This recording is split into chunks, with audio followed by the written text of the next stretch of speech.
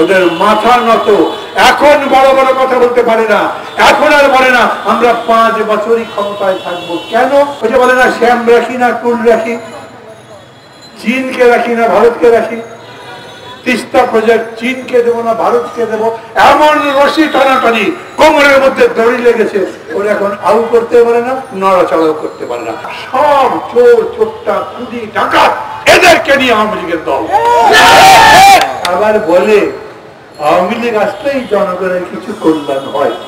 কল্যাণের নমুনা দেখেন, আগে তো সংগ্রাম দেখেছেন, আরো নারী ব্যবসা করে নারীকে দেখেছেন, সারা দেশ লুটপাটের অসংখ্য ঘটনা দেখেছেন, এস আলমকে দেখেছেন, সামিট গ্রুপ 6 বছর আগে 7 বছর আগে বাংলাদেশের কটা মানুষ সামিট গ্রুপের নাম জানতো? এখন বাংলাদেশ বাদ দেন, একেবারে সিঙ্গাপুরে পর্যন্ত তার নাম মশহুর হয়ে গেছে। কেন? উনি এত মাল বানিয়েছেন।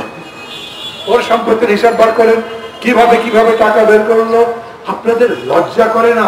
বেগম জিয়ার মতো একটা মানুষ 3 বার প্রধানমন্ত্রী ছিলেন, তার স্বামী প্রেসিডেন্ট ছিলেন, তার নামে তার ছেলেদের নামে কোনো মামলা দিতে পারেননি।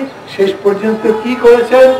2 কোটি টাকা একটা বিদেশি সাহায্য দিয়েছে। সেই টাকা না, লুটের কথা চুরির কথা বলেন নাই, কারণ সেই টাকা ব্যাংকে আছে। সেই টাকা এখন 8 কোটি 10 কোটি টাকা হয়েছে। আর এরা শত শত কোটি টাকা, লক্ষ কোটি টাকা বিদেশে পাচার করে। ওদের নামে কোনো তদন্ত হয় না, ওদের নামে কোনো মামলাও হয় না। ওরা দিব্যি বুক ফুলে হেঁটে বেড়ায়। আর এত বড় একজন বাংলাদেশের অবিসংবাদিত নেত্রী, তাকে এখন পর্যন্ত জেলের মধ্যে আটকে রেখেছে।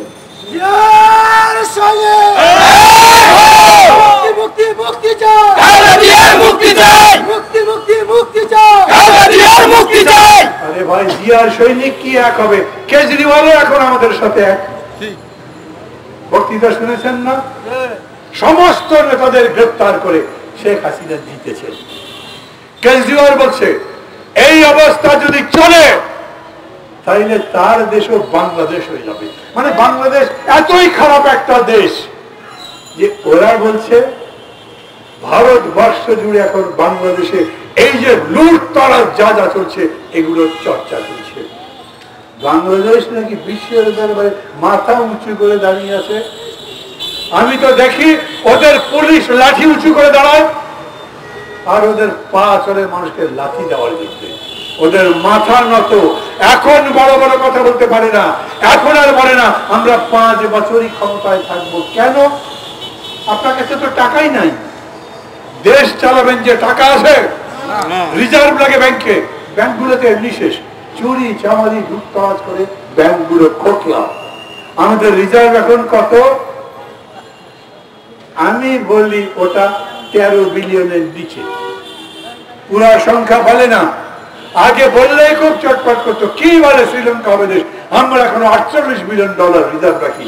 এখন কত বলেন না একবার?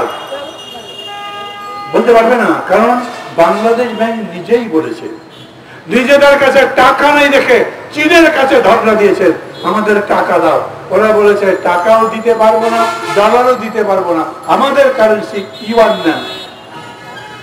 ইউয়ান নিয়ে কি হবে? ওই ইউয়ান দিয়ে বাইরের দেশকে পেমেন্ট দেওয়া যাবে? যাবে না।